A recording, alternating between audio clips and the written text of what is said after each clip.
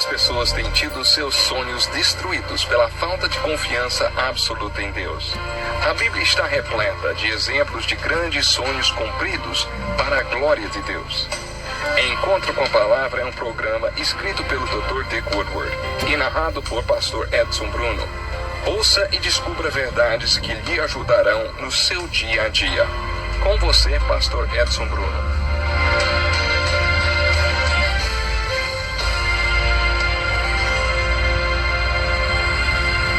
Na lição de hoje, vamos começar nosso estudo do livro de Gênesis, examinando o que Deus nos diz sobre a criação.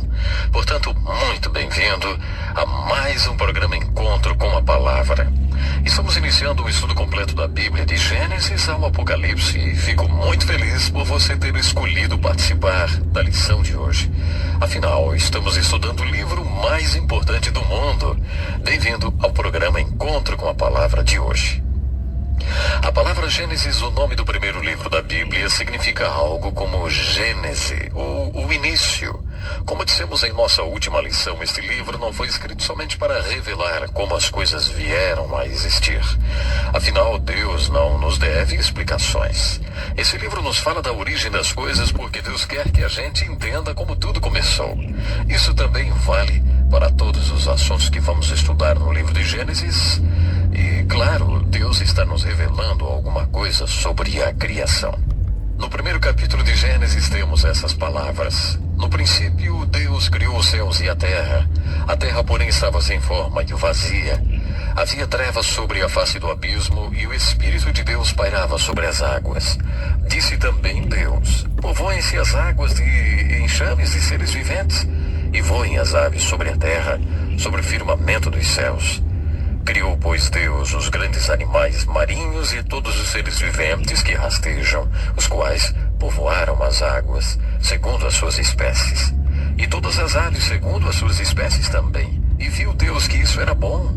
Também disse Deus: façamos o homem à nossa imagem, conforme a nossa semelhança. Tenha ele domínio sobre os peixes do mar, sobre as aves dos céus, sobre os animais domésticos, sobre toda a terra e sobre todos os répteis que rastejam pela terra. Criou Deus, pois, o homem à sua imagem. A imagem de Deus o criou. Homem e mulher os criou. E Deus os abençoou e lhes disse: sede fecundos, multiplicai-vos e enchei a terra. Viu Deus tudo quanto fizera, e eis que era muito bom. Esse assunto da criação é o assunto mais popular dentro do livro de Gênesis. Se você participar de uma discussão sobre religião numa universidade, parece que a Bíblia não fala de outra coisa que não seja a criação. A criação é o que mais os universitários gostam de discutir quando se trata de religião. Existem dois pensamentos extremos quando o assunto é a criação. Primeiro, temos a posição do cientista que diz que a criação, como foi narrada no livro de Gênesis, não é cientificamente confiável. Por isso ele rejeita a Bíblia como palavra inspirada de Deus. A outra posição, que é o oposto da primeira, é a do crente conservador, que aborda o assunto com uma outra pergunta: a ciência é biblicamente confiável? E dizem mais: a Bíblia não está sujeita a julgamento. A ciência é que está. A questão aqui não é se a Bíblia é científica, mas sim se a ciência é bíblica. Esta é a questão. A Bíblia e a ciência são compatíveis quando a Bíblia aborda um assunto como a criação? Esta é a verdadeira questão aqui, e é uma questão muito popular. Precisamos colocar algumas coisas em perspectiva agora. Primeiramente, se você pensar em termos de ciência e em como um cientista é, se você pensar sobre os métodos do cientista como ele próprio os define, você pode chegar a algumas conclusões.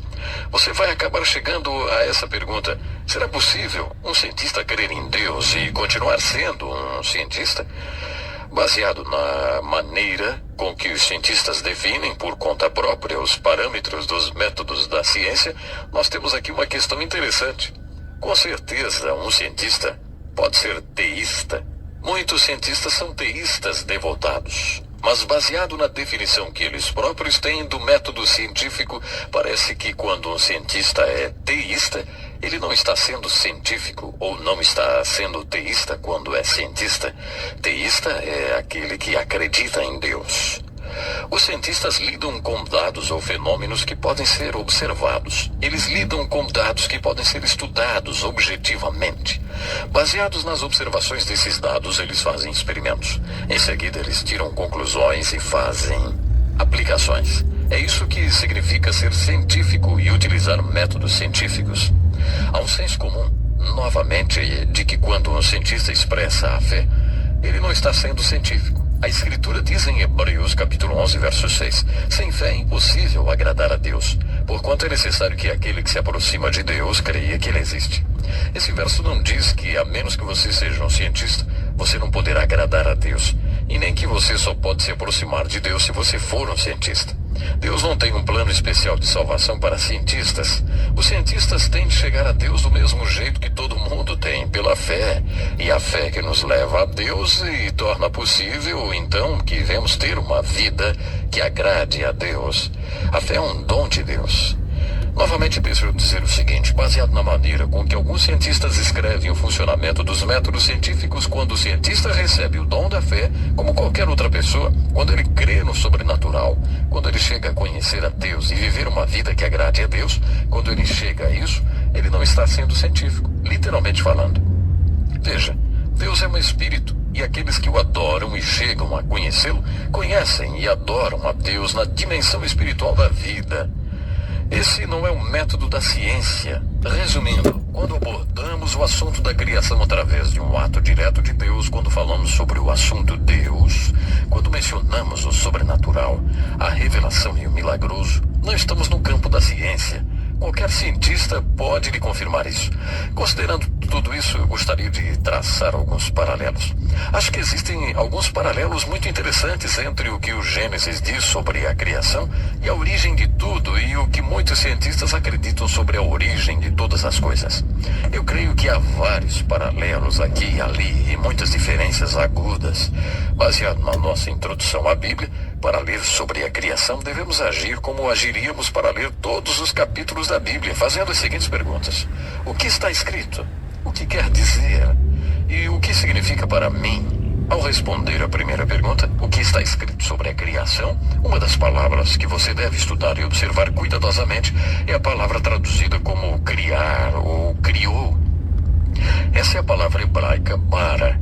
E essa palavra bara, a palavra usada para criar, só é encontrada 3 vezes nesse relato da criação. No princípio Deus criou, e depois na água ele cria, e depois ele cria o homem. No princípio houve um ato de bara, ou criação.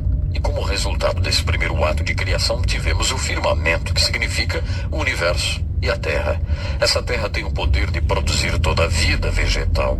Tudo que veio depois foi um resultado daquele primeiro ato de criação, ou bara.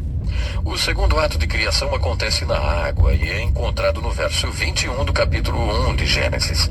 O resultado desse segundo ato de criação é a vida animal. Depois veio o terceiro ato de criação que trouxe as pessoas à terra. Mas vamos observar um detalhe. Entre esses 3 atos de bara, ou criação, o relato do Gênesis sobre a criação usa palavras que realmente poderiam ser descritas como desenvolvimento e mudança. Está escrito, no princípio Deus criou os céus e a terra. Quando ele criou os céus e a terra, eles não tinham forma, eram vazios, eram úmidos, escuros e profundos. No segundo verso do relato da criação, Gênesis capítulo 1, lemos que o Espírito de Deus começou a se mover por sobre essa criação. Agora, entre os versos 1 e 2 do primeiro capítulo de Gênesis, muitas pessoas injetam uma teoria. É a chamada teoria da catástrofe. Eles dizem que alguma coisa aconteceu após o verso 1, que destruiu completamente a primeira criação, por isso Deus teve de fazer outra criação. Eles acham que Deus não poderia criar uma coisa que fosse sem forma e vazia, úmida, escura e profunda. Nesse ponto é preciso uma certa prática como estudioso da Bíblia. Faça-se a seguinte pergunta. O que está escrito? Francamente, não está escrito que houve uma catástrofe. E também não diz que algo aconteceu com aquela criação que a deixou sem forma e vazia. Diz ali que ela era sem forma e vazia. Era um caos, como dizem os teólogos. E diz ali, e isso realmente está escrito, que o Espírito de Deus começou a se mover sobre essa criação e a desenvolvê-la, e a manipulá-la e a transformá-la. Em Gênesis 1, Entre os versos 1 e 21, lemos palavras como dividida, reunida e apareça. Por exemplo, lá diz que a terra seca apareceu.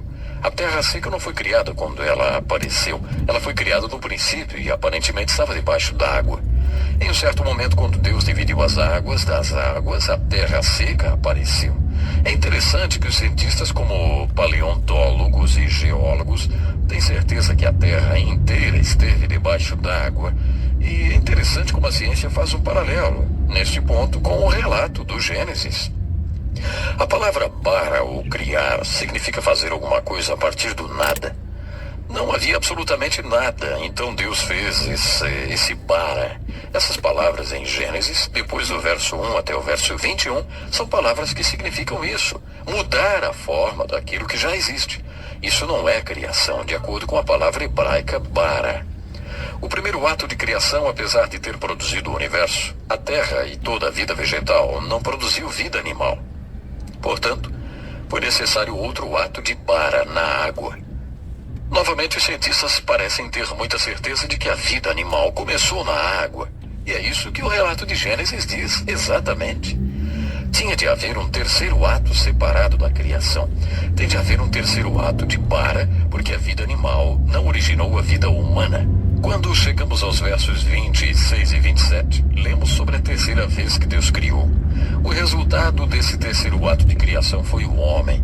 Quando estudamos seriamente o relato de Gênesis sobre a criação verso por verso, então consideramos a tese do evolucionista ateu, notamos que o relato de Gênesis preenche 3 lacunas da teoria da evolução. Por 3 vezes o relato de Gênesis diz Deus criou. Nesses 3 lugares em que o Gênesis nos diz que Deus criou, o evolucionista ateu luta para apresentar respostas às suas 3 lacunas vazias. Leia o primeiro capítulo de Gênesis e observe cuidadosamente a história da criação. Deus criou e Ele ainda pode criar hoje. Ele quer criar em você um coração novo. Se você está acompanhando o programa, achou tudo muito interessante, mas acha que se você morresse hoje não iria para junto de Deus, porque Ele ainda não criou um coração novo em você? Sabe, eu quero lhe convidar para que você fale com Deus agora.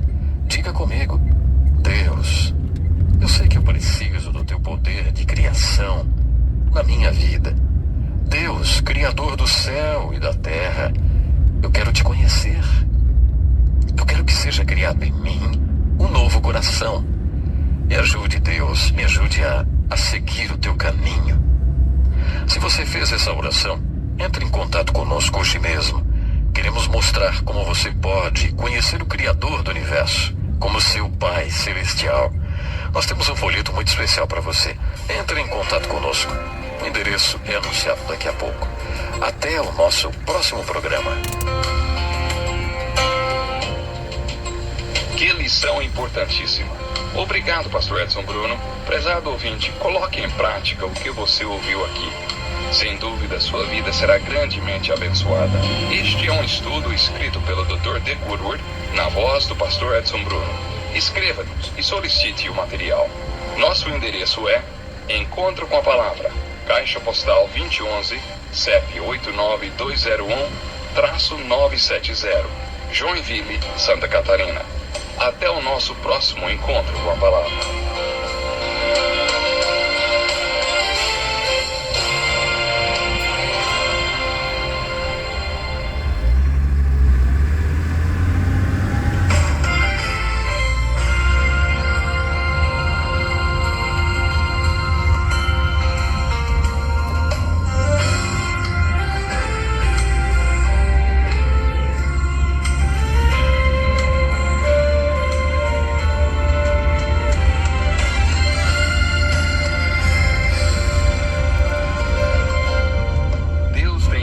Para cumprir em nossas vidas. Essa é a mensagem de toda a Bíblia e é isso mesmo que estamos estudando aqui no Encontro com a Palavra, escrito pelo pastor Dick Woodward e narrado pelo pastor Edson Bruno. Fique atento a mais um programa que o Ministério Cooperativo Internacional leva a você. Com você agora, pastor Edson Bruno.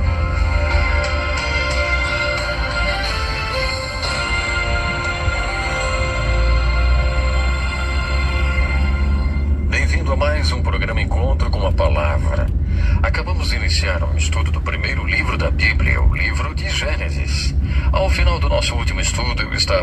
comparando o relato bíblico da criação com a evolução ateísta.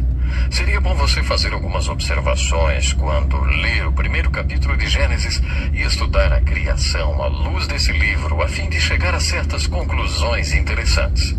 Observe primeiramente o seguinte: o relato da criação de Gênesis registra tudo que existe hoje. Tudo é resultado de 3 atos principais de criação da parte de Deus.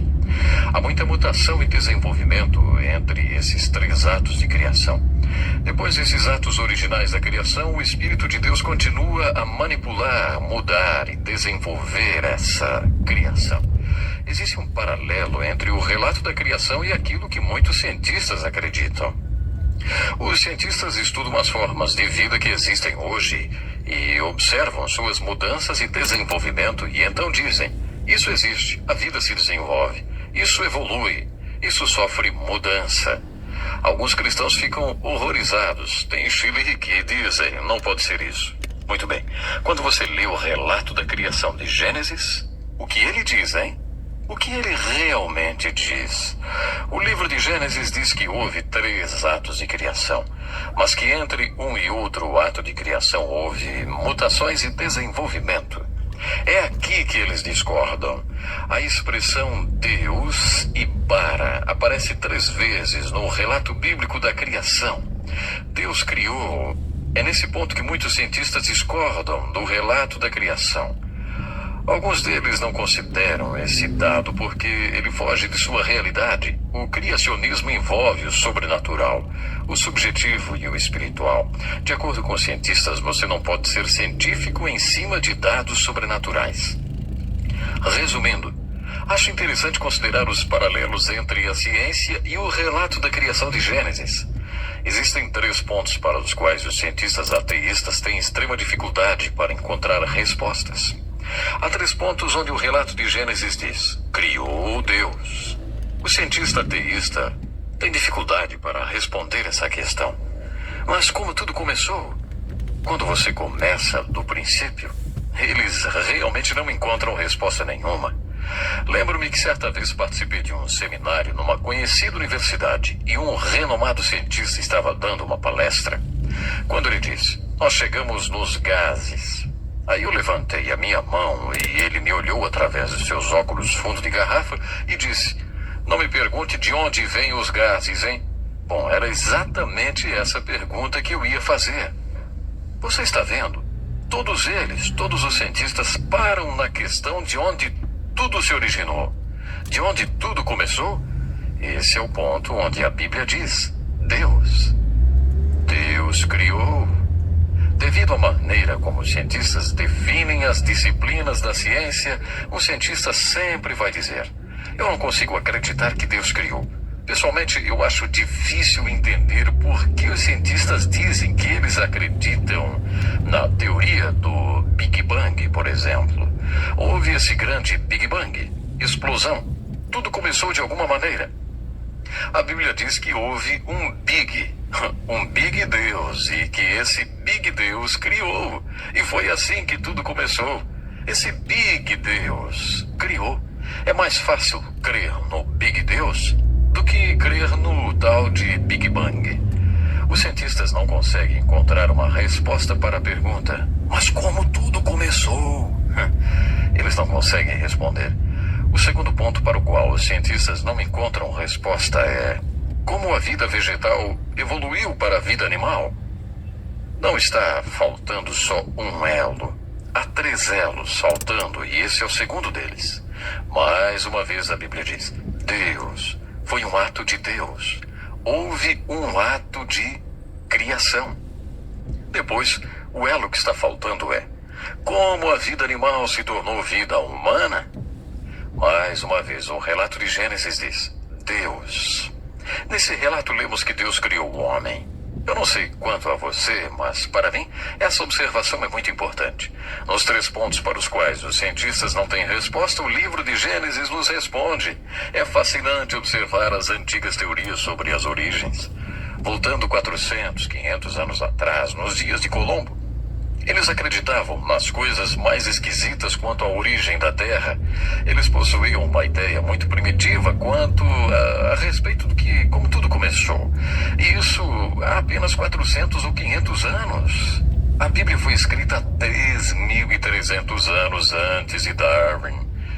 Não é incrível que 3.300 anos antes de Darwin, o autor de Gênesis tenha dito: a vida muda e desenvolve? Isso é muito interessante. A Bíblia é o livro sobre redenção.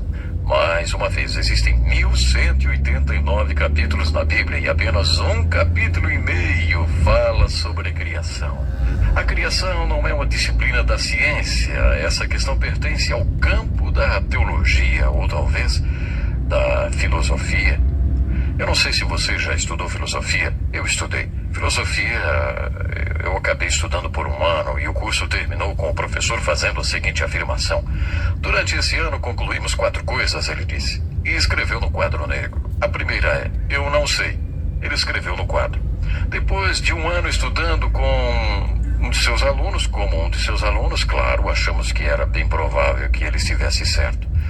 Ele não sabia. A seguir, a segunda conclusão, ele também escreveu no quadro: vocês não sabem. Claro, se ele, com todo o seu estudo, não sabia, quem éramos nós, seus alunos, para dizer que sabíamos? Bom, assim aceitamos a sua conclusão. Sua terceira conclusão, e ele escreveu também no quadro, era: ninguém sabe. Baseados em todos os textos que tínhamos lido durante aquele ano, não era difícil aceitar isso também. Sua quarta conclusão foi, e ele escreveu também no quadro: é inteligente pensar sobre isso. Isso sim é filosofia.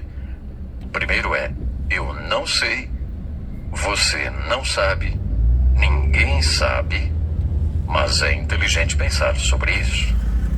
Se você quiser, poderá enquadrar a criação no campo da filosofia. Poderá chegar à mesma conclusão do filósofo e dizer: eu não sei nada sobre a criação. Você não sabe nada sobre a criação. Ninguém sabe nada sobre a criação. Mas é inteligente pensar sobre isso. O livro de Gênesis começa nos dizendo que a questão da criação pertence a Deus. Deus criou. Apenas Deus estava lá. Só Deus sabe. Portanto, a única pessoa que pode chegar perto de alguma conclusão sobre as origens é o profeta que tem a revelação de Deus. É exatamente o caso de Moisés. Moisés foi um profeta. Ele subiu o Monte Sinai 3 vezes e ficou lá 40 dias e 40 noites sem comer e disse: Deus, eu quero uma palavra sua mais do que eu quero comer. E Deus deu a ele uma revelação. Deus deu a ele uma palavra, os 5 primeiros livros da Bíblia: Gênesis, Êxodo, Levítico, Números e Deuteronômio. São essas a revelação que Moisés recebeu. Essa revelação começa com uma simples afirmação sobre a criação. Essa afirmação é uma revelação de Deus. Mesmo sem pretender esgotar a matéria da criação, creio que ela diz a verdade sobre as origens e que será confirmada como verdadeira. Quando a questão é criação, temos 2 posições completamente opostas. Francamente, eu não quero ser forçado a optar por nenhuma das 2. Por outro lado, temos os crentes conservadores que dizem que se você crê na Bíblia, então tem que acreditar que a Terra possui apenas 6.000 anos de existência e que o homem também só existe há 6.000 anos. Você não tem que acreditar que a Terra e o homem existem há 6.000 anos para crer na Bíblia, porque a Bíblia não fornece nenhuma data. Se Deus pôde criar Adão como adulto, ele pôde criar um universo adulto, é lógico. Um repórter de um programa de televisão certa vez perguntou ao Billy Graham: Dr. Billy Graham, como o senhor pode dizer diante de todas essas pessoas que a Bíblia diz, sendo o senhor formado em antropologia? Ele respondeu: olha, para mim não há problema algum. Existe um problema para você? Então, o repórter respondeu: um antropólogo deveria saber que a Terra tem bilhões de anos e a Bíblia afirma que ela possui apenas 6.000 anos. Como o senhor pode achar possível acreditar na Bíblia? Então Billy Graham disse: me desculpe, mas a Bíblia não diz em lugar nenhum que o homem ou a Terra tenham 6.000 anos. Aí então o repórter falou: Dr. Graham, que idade o senhor acha que a Terra tem? Ele respondeu: acho que a Terra é muito velha. Essa foi uma ótima resposta. Acho incrível que tantas pessoas ainda não tenham lido Gênesis. Muitos cientistas que possuem grande conhecimento científico jamais leram o relato de Gênesis, nem sequer o leram objetivamente com seriedade. Há muitas pessoas que creem nas Escrituras, mas têm medo da questão da evolução. Elas nem procuram saber o que a Bíblia diz a respeito. Eu não sou cientista e não sei nada sobre evolução. Essa não é a minha área, não é o meu chamado. O que eu gostaria de propor é, uma vez que esse assunto sempre vem à tona, vamos ler o relato da criação de Gênesis. Não tenha medo desse assunto. Não fique pensando que você tem que defender Deus. Simplesmente leia o livro de Gênesis fazendo a seguinte pergunta: o que realmente há aqui a esse respeito? Tenha essa expectativa de que está escrito ali, do que o que está ali realmente é verdadeiro e que será confirmado por cientistas verdadeiros. Também precisamos fazer a seguinte pergunta: por que Deus falou tão pouco a respeito da criação? Bom, não é porque ele achasse que nos devia alguma explicação. Deus sabia que um dia chegaríamos à conclusão de que nós próprios precisamos de um ato de criação dentro dos nossos corações. Deus sabia que isso aconteceria conosco, assim como aconteceu com Davi. Depois que Davi cometeu um sério pecado, ele fez essa importante oração: Deus, mostra-me a verdade a respeito do meu homem interior. Quando Deus mostrou a ele a verdade sobre seu interior, Davi fez essa oração, na qual usou a palavra para. Cria em mim, ó Deus, um coração puro e renove em mim um espírito reto. O que ele estava realmente dizendo era: Deus, se o Senhor não operar o milagre de criação no meu coração, eu vou pecar outra e outra vez. Eu preciso de um ato de criação no meu interior. A resposta à oração de Davi é o novo nascimento, e Jesus fala sobre isso. Sim, Jesus estava falando quando afirmou: não te maravilhes se eu te dizer, necessário vos é nascer de novo. O que é nascido da carne é carne. Você tem que nascer de novo. Precisa de um ato de criação. Quando os apóstolos comentaram os ensinamentos de Jesus sobre o novo nascimento, eles se referiram à criação.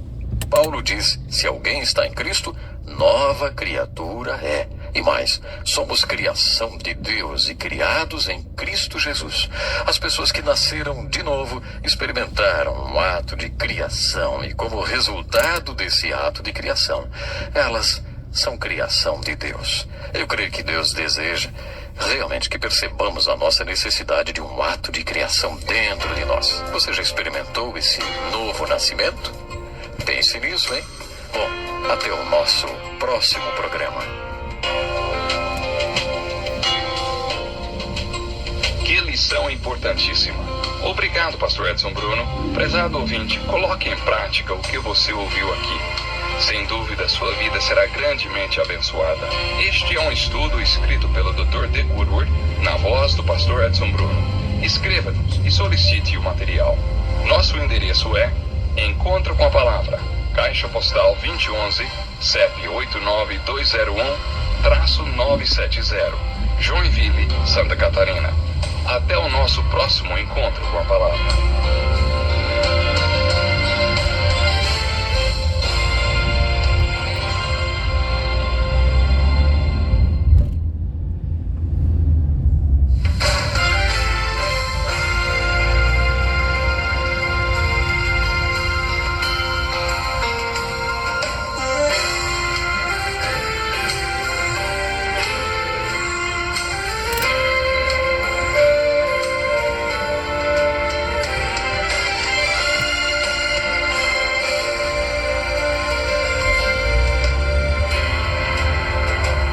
Talvez você tenha feito constantemente estas perguntas: onde posso encontrar refúgio num mundo cheio de conflitos?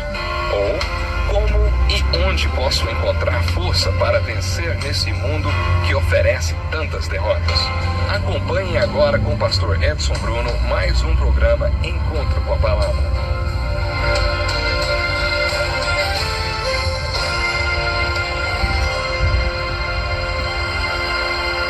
Bem-vindo a mais um programa Encontro com a Palavra. É um privilégio estudarmos juntos a Palavra de Deus. Obrigado por você ter escolhido fazer parte dessa jornada espiritual junto conosco. No programa de hoje, gostaria de considerar o que o livro de Gênesis tem a dizer sobre o nascimento ou o começo da criação do homem. Lembre-se, o propósito do livro de Gênesis é nos dizer como as coisas eram, para podermos entender como as coisas são. Quando abordamos o assunto da criação da humanidade, estamos falando de nós mesmos. O que o livro de Gênesis tem a dizer sobre o homem?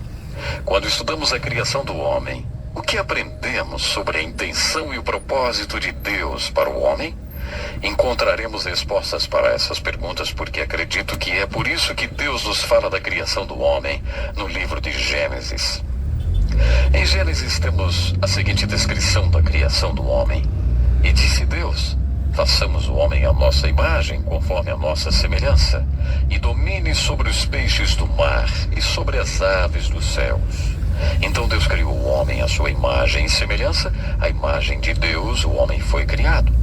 Macho e fêmea, ele os criou, e Deus os abençoou e disse para eles: sede fecundos, multiplicai-vos e povoai a terra. No segundo capítulo de Gênesis temos mais algumas palavras sobre a criação do homem. No verso 18 de Gênesis capítulo 2 está escrito: não é bom que o homem esteja só, far-lhe-ei uma ajudadora idônea para ele. Então o Senhor Deus fez cair um sono pesado sobre Adão e este adormeceu. E tomou uma das suas costelas e cerrou a carne em seu lugar. E a da costela que o Senhor Deus tomou do homem formou uma mulher e trouxe-a a Adão. Portanto deixará o homem o seu pai e a sua mãe, e apegar-se-á à sua mulher, e serão ambos uma carne.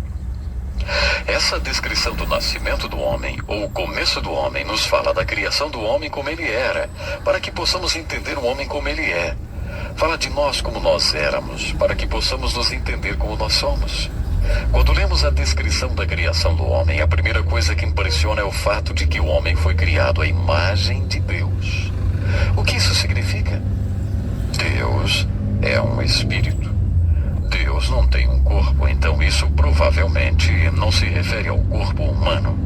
Então, a que isso se refere? Quando diz ali que Deus criou o homem à sua imagem e semelhança, quer dizer que Deus deu ao homem a capacidade de ser espiritual. Mas não é essa aparência física que foi feita à imagem de Deus, e sim a capacidade de sermos espirituais. É isso que faz de nós a imagem e a semelhança de Deus. Podemos citar em Gênesis capítulo 2, quando o Senhor Deus molda um pouco de terra e depois sopra para dentro dela, lhe dando a vida. Sabe, o homem se torna uma alma viva, um espírito vivo aí. Foi exatamente aí que Deus criou o homem à sua imagem e semelhança, porque Deus é espiritual. Se pensarmos nisso, veremos que o homem tem a capacidade de ser pior do que qualquer animal selvagem. Nenhum animal selvagem já matou mais de 6 milhões de outros animais só porque não gostava da aparência deles. Mas um homem fez isso. Se verificarmos a história do que o homem tem feito com o próprio homem, chegaremos à conclusão de que o homem tem a capacidade de ser pior do que qualquer animal. Sim, o homem pode ser pior do que os animais e ainda assim o homem tem a capacidade de ser como Deus. Ele tem o potencial de ser espiritual. É isso que dá ao homem a capacidade de ser a imagem e semelhança de Deus. Como veremos em Gênesis capítulo 3, essa imagem e semelhança de Deus na qual o homem é criado foi desfigurada porque o homem caiu. O problema fundamental com o qual as Escrituras se encarregaram de lidar é como Deus conseguiu reunir o homem e devolver a ele essa capacidade de ser espiritual e de ser a imagem e semelhança do Criador. Então, essa é a primeira observação que fazemos quando consideramos o homem como ele era e como ele é. O homem foi criado para ser espiritual. Agora, se um homem não é espiritual, se ele é nascido da carne e não nasceu do espírito, ele não é a imagem e semelhança de Deus, porque Deus está vivo. Jesus se referia às pessoas como se elas estivessem mortas. Um dia um homem veio até ele e disse: olha, eu vou te seguir, mas primeiro eu tenho que enterrar o meu pai. Tenho uma obrigação com meu pai, e quando essa obrigação terminar, então eu te seguirei. Aqui temos uma das mais duras palavras de Jesus. Ele disse: seu pai já está morto. Deixe que essas outras pessoas mortas o enterrem e venha comigo agora. Palavras duras, não? O que Jesus quis dizer com seu pai já está morto e deixe que os mortos enterrem o morto? Ele quis dizer que o fato de você estar fisicamente vivo não significa que tenha vida, não a vida que Deus planejou para o homem. De acordo com as Escrituras, quando nascemos fisicamente, não somos a imagem e semelhança de Deus. Recuperamos essa imagem e semelhança quando nascemos de novo. É por isso que temos que nascer de novo. É por isso que precisamos desse ato da criação em nossos corações. Outra observação que podemos fazer sobre a criação do homem é ele os criando macho e fêmea. Por que Deus criou o homem e a mulher? Esse foi o primeiro exemplo de cirurgia com anestesia. Deus foi o primeiro anestesista. Ele fez com que Adão caísse num sono profundo e então retirou uma de suas costelas, que foi usada para criar a mulher. Eu acredito que isso é um belo simbolismo. Os velhos estudiosos certamente vão dizer que Deus não tirou a mulher da cabeça do homem, o que poderia simbolizar que a mulher iria mandar no homem, ou que Deus não tirou a mulher dos pés do homem, simbolizando que ela devesse servir a ele. Deus tirou a mulher de um dos lados do homem. Afinal de contas, o que está mais próximo do coração do homem do que suas costelas? Deus queria que a mulher ficasse do lado do homem, perto do coração. Esse é um belo simbolismo. Por que Deus criou a mulher? Está escrito que quando Deus criou o homem estava incompleto. Mesmo sendo a imagem de Deus, Deus disse: não é bom para o homem estar incompleto. Vou criar uma ajudadora, que significa alguém que completaria. Então, Deus fez a mulher para completar o homem. Homem e mulher unidos em uma só carne são um ser completo. É isso que a gramática hebraica sugere. Deus criou o homem, macho e fêmea. Por quê? Muita gente acha que no Jardim do Éden eles cometeram algum tipo de pecado sexual. Isso é ridículo. Deus os fez sexuais antes deles caírem em pecado e disse: isso é muito bom. Sobre as coisas que criou, Deus disse: bom. Mas quando ele criou a união sexual, ele disse: muito bom. Isso foi antes da queda do homem. Não foi o sexo que derrubou a família humana. Por que Deus os fez sexuais? Porque quando Deus uniu o homem e a mulher, ele instituiu uma lei da vida, que é uma das mais básicas leis da vida que nós temos. Ele trouxe à existência a instituição mais importante que temos na Terra hoje. Nós a chamamos de família, ou o lar. Era o plano de Deus quando ele os criou macho e fêmea, unir duas pessoas e torná-las parceiras, para que pudessem se tornar pais. E então, como pais, eles poderiam produzir pessoas que um dia também se tornariam parceiros e pais, e produziriam pessoas que se tornariam parceiros e pais. Essa é uma grande lei da vida, que deu início e que norteia e sustenta toda a família humana. Para que essa lei da vida funcione, Deus precisa ter dois pais adequados. Para ter dois pais adequados, esses pais devem ter uma parceria adequada. Para ter uma parceria adequada, é preciso ter duas pessoas adequadas. É assim que isso deve funcionar. Para que a lei da vida funcione, é preciso que haja pais adequados, parceiros adequados e pessoas adequadas. É mais ou menos assim, como se fosse um triângulo. A lei da vida que Deus trouxe a efeito quando criou o homem e a mulher diz que as pessoas devem se tornar parceiros, para que possam se tornar pais. Pense nisso como se fosse um triângulo. Um triângulo não existe sem a linha de baixo, ou sem um de seus lados. A paternidade depende da adequação da parceria. A parceria é apenas tão adequada ou efetiva quanto as pessoas que fazem parte dessa relação. Quando as Escrituras nos aconselham sobre como podemos ser pais e parceiros adequados e pessoas adequadas, as Escrituras sempre irão nos instruir a começar com as pessoas. Em 1 Pedro capítulo 3, por exemplo, Pedro aconselha uma mulher que tem um marido que não segue a palavra. Aquilo poderia significar que o marido dela não era crente, ou talvez ele fosse um crente, mas nem sempre obedecia a palavra. Pedro, na inspiração do Espírito Santo, diz para ela qual o tipo de pessoa que ela deveria ser. Pedro não disse nenhuma palavra sobre seu marido ou sobre tentar mudá-lo. Isso é muito realista. Um amigo meu que é psicólogo diz que muito de nossa ansiedade e frustração resulta disso. Nossas metas dependem muito do que as outras pessoas irão fazer. Por exemplo, Queremos que nossos filhos façam uma certa coisa. Nossas metas para o futuro estão baseadas nisso e, de repente, descobrimos que não podemos controlar o que eles fazem. Ou ainda, você quer que seu marido faça certas coisas. Essa é a sua meta para esse ano. Entretanto, você descobre que não consegue controlar o seu marido. Eu tenho metas sobre o que eu quero para minha esposa, o que eu quero que ela faça, expectativas para a vida dela, e acabo desiludido e frustrado porque descobri que no decorrer do ano não pude mudar a minha esposa ou qualquer outra pessoa. Portanto, não é realista pensar que podemos resolver problemas ou fortalecer nossos relacionamentos tentando mudar as outras pessoas.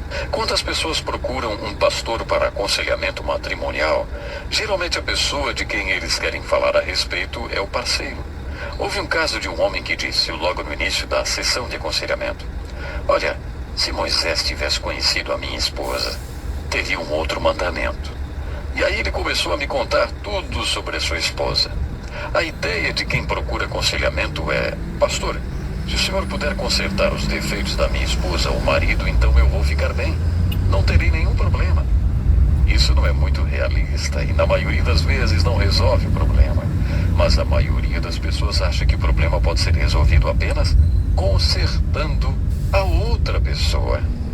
As Escrituras nos ensinam a começar pela base do triângulo, com as pessoas. E já que devemos começar com as pessoas, vamos começar com você. Você não irá responder pela outra pessoa. De acordo com o que as Escrituras ensinam sobre julgamento, não ficaremos diante de Deus como parceiros. Você não vai responder pelo seu parceiro de casamento quando ficar diante de Deus um dia. Você vai responder apenas por si próprio. Essa é a pessoa pela qual você é responsável. Essa é a pessoa pela qual você pode fazer algo. Essa é a pessoa com a qual você deve realmente se preocupar, se você quiser fortalecer a lei da vida planejada por Deus. Se preocupe com você primeiro. Bom, o nosso tempo já se foi.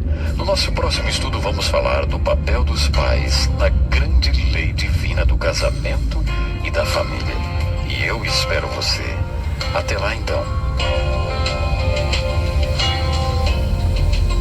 Que lição importantíssima. Obrigado, pastor Edson Bruno. Prezado ouvinte, coloque em prática o que você ouviu aqui. Sem dúvida, sua vida será grandemente abençoada. Este é um estudo escrito pelo Dr. D. Woodward, na voz do pastor Edson Bruno. Escreva-nos e solicite o material. Nosso endereço é Encontro com a Palavra, Caixa Postal 2011, CEP 89201-970, Joinville, Santa Catarina.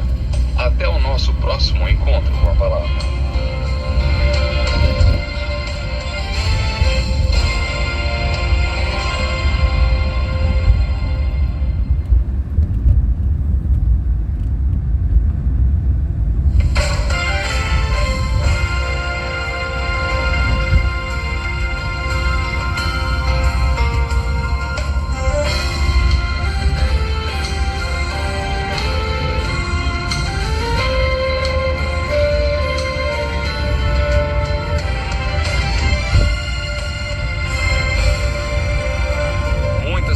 Têm tido seus sonhos destruídos pela falta de confiança absoluta em Deus. A Bíblia está repleta de exemplos de grandes sonhos cumpridos para a glória de Deus. Encontro com a Palavra é um programa escrito pelo Dr. D. Woodward e narrado por pastor Edson Bruno. Ouça e descubra verdades que lhe ajudarão no seu dia a dia. Com você, pastor Edson Bruno.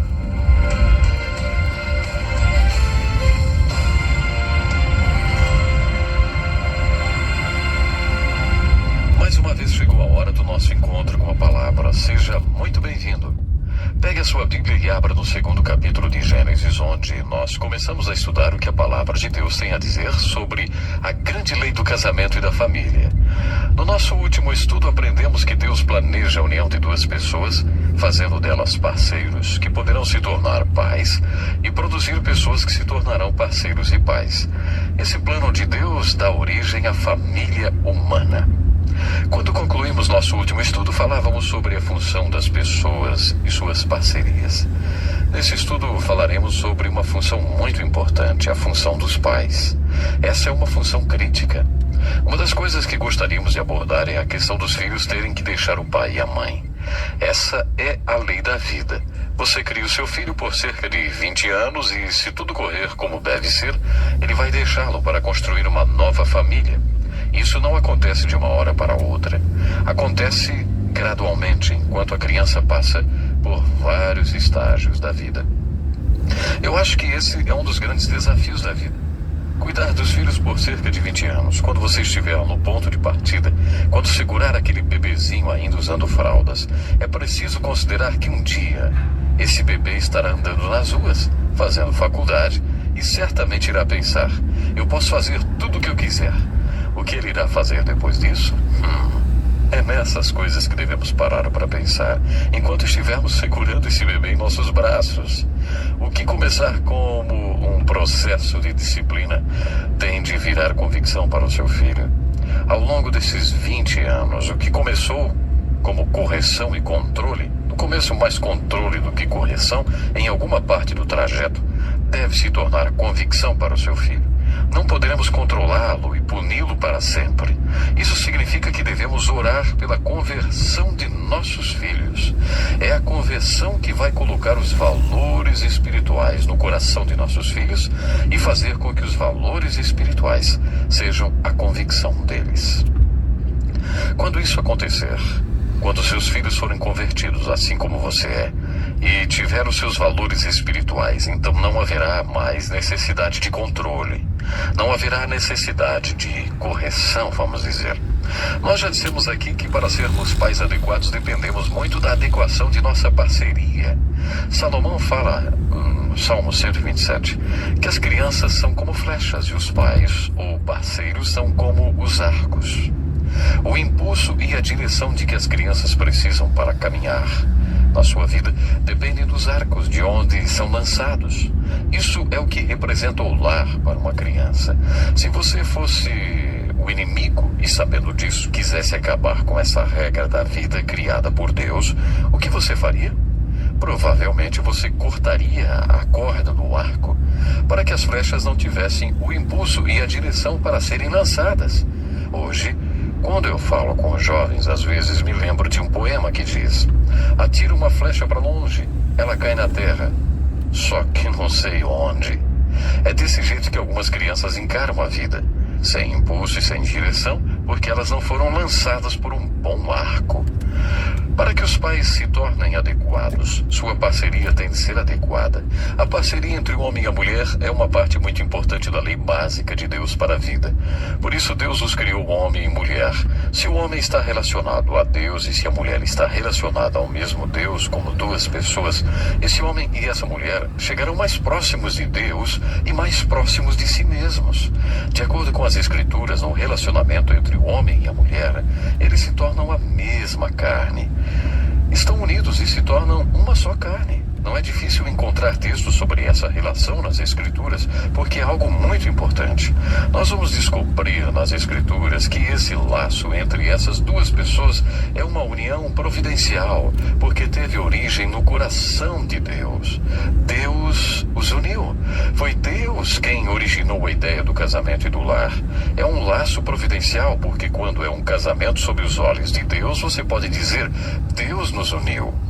É um laço proposital, porque é a lei da vida através da qual a família é constituída, educada e preparada para enfrentar a vida neste mundo.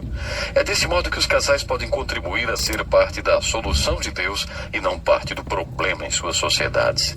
Estudando o casamento no livro de Gênesis, vemos que o casamento deve ser uma relação exclusiva em dois sentidos. Por causa do casamento, o homem deixa seu pai e sua mãe. Ele exclui aquela família na qual ele passou de 20 a 25 anos. É exclusivo porque, devido ao casamento, ele abandona todos os outros por conta de um compromisso de vida com sua esposa. Essa é a intenção e o propósito de Deus. Por que Deus faz o casamento a união indissolúvel? Eu acredito que é por causa do que podemos chamar de direitos das crianças. Hoje em dia, ouvimos falar muito de direitos. Acho que algo precisa ser dito a respeito dos direitos das crianças. As crianças sabem que a segurança delas depende do casamento dos pais. É por isso que, se você quiser ver um olhar de serenidade, dê uma olhada para o seu filho quando vocês, pais, estiverem se beijando ou demonstrando afeto um ao outro. Eles podem até dizer que não quando crescerem, mas eles gostam de ver esse carinho, porque isso faz com que eles se sintam seguros. Da mesma forma, quando você estiver tendo uma discussão ou um desentendimento, dê uma olhada para o seu filho e você vai ver aquele olhar de insegurança, um olhar de terror no seu filho. Eles sabem que a segurança deles depende do casamento de vocês. Portanto, Deus estava pensando nas crianças quando disse que o casamento é um laço permanente. É para sempre. O casamento é também exclusivo no sentido de que você deve abrir mão dos outros para se juntar nessa aliança segura e sólida. Essa aliança tem de ser baseada na exclusividade. Uma outra observação sobre o casamento é que ele é um relacionamento que inclui tudo. Salomão teve 700 esposas e 300 concubinas. Então ele foi, de certa forma, uma autoridade quando o assunto é casamento. Salomão diz em Eclesiastes capítulo 4 que o casamento, como Deus pretendeu que seja, é como uma corda de 3 pernas, que não se quebra facilmente. Por aplicação, o que ele quis dizer é que a relação entre 2 pessoas tem muitos níveis diferentes, no mínimo 3. Primeiro de todos, o homem e a mulher se tornam um só em espírito.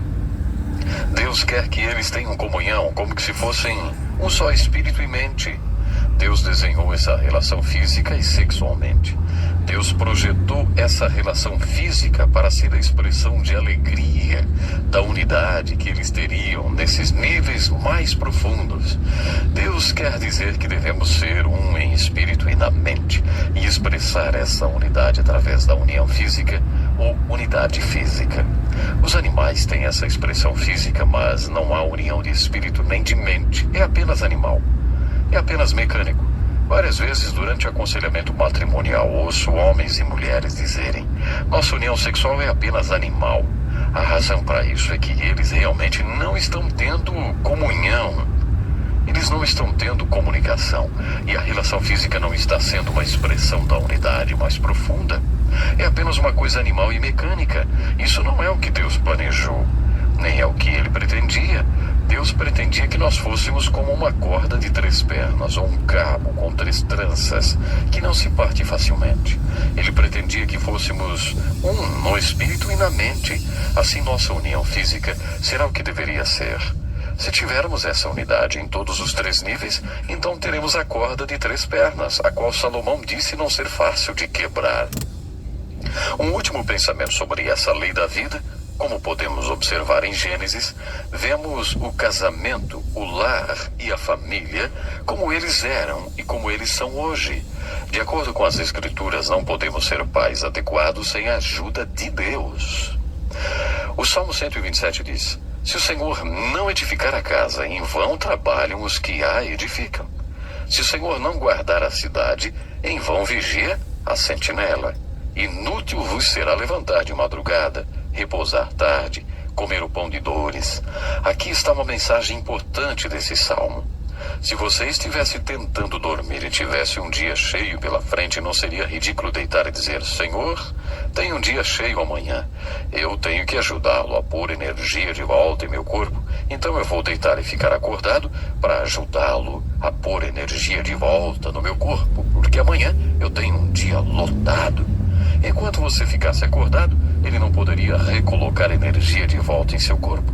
Quando você se torna passivo e libera tudo para Deus, tudo para Ele, e põe sua vida nas mãos dele e vai dormir, milagre dos milagres, aí o Senhor, Ele mesmo põe a energia de volta no seu corpo. Você pode acordar às 6 ou 8 horas depois e ter energia suficiente. Salomão diz que Deus dá aos seus amados a capacidade de ser pais adequados quando você leva suas crianças até Ele e deixa que Ele construa a casa. Resumindo, não podemos ser pais adequados sem a ajuda de Deus. Jesus disse sobre o casamento: ninguém pode receber isso a menos que Deus o ajude. Você não pode experimentar verdadeiramente o que Deus planejou para o seu casamento, a menos que você tenha a ajuda de Deus. Um dos grandes objetivos, e vamos dizer, uma das grandes mensagens do Novo Testamento e do Velho Testamento é: você não pode ser uma pessoa adequada sem a ajuda de Deus. A Bíblia coloca dessa forma. Jesus diz em João: o que é nascido da carne é carne, e o que é nascido do Espírito é Espírito. Não te maravilhes de ter dito: necessário vos é nascer de novo. Essa é a grande mensagem da Bíblia. Como Deus acaba com o divórcio entre o homem e Deus? Como Deus realiza em nós o ato de criação de que precisamos? Ele o faz através do novo nascimento. É por isso que o Velho Testamento diz: Jesus está vindo. E o Novo Testamento diz: Jesus veio. Você pode nascer de novo. Você pode receber o ato de criação em seu coração. E então você será uma pessoa adequada. Assim, de acordo com as Escrituras, não podemos ser pais adequados, ou companheiros adequados, ou pessoas adequadas, sem a ajuda de Deus. É por isso que devemos voltar ao livro de Gênesis, capítulo 1 e capítulo 2, considerar a criação do homem e entender a nós mesmos como realmente somos. Nunca seremos adequados como pessoas se não voltarmos ao Gênesis e considerarmos a intenção e o propósito no coração de Deus quando Ele nos criou. Nunca seremos pais adequados sem, de acordo com as Escrituras, até que voltemos ao Gênesis e deixamos que Deus nos conte sobre o lar, sobre as pessoas, companheiros e pais, como eles foram e como eles devem ser. Bom, o nosso tempo hoje já acabou, mas eu espero você para o nosso próximo programa. Que Deus abençoe com toda a sua família. Até lá, então. Que lição importantíssima. Obrigado, Pastor Edson Bruno. Prezado ouvinte, coloque em prática o que você ouviu aqui. Sem dúvida, sua vida será grandemente abençoada. Este é um estudo escrito pelo Dr. D. Woodward, na voz do Pastor Edson Bruno. Escreva-nos e solicite o material. Nosso endereço é Encontro com a Palavra, Caixa Postal 2011, CEP 89201-970, Joinville, Santa Catarina. Até o nosso próximo encontro com a Palavra.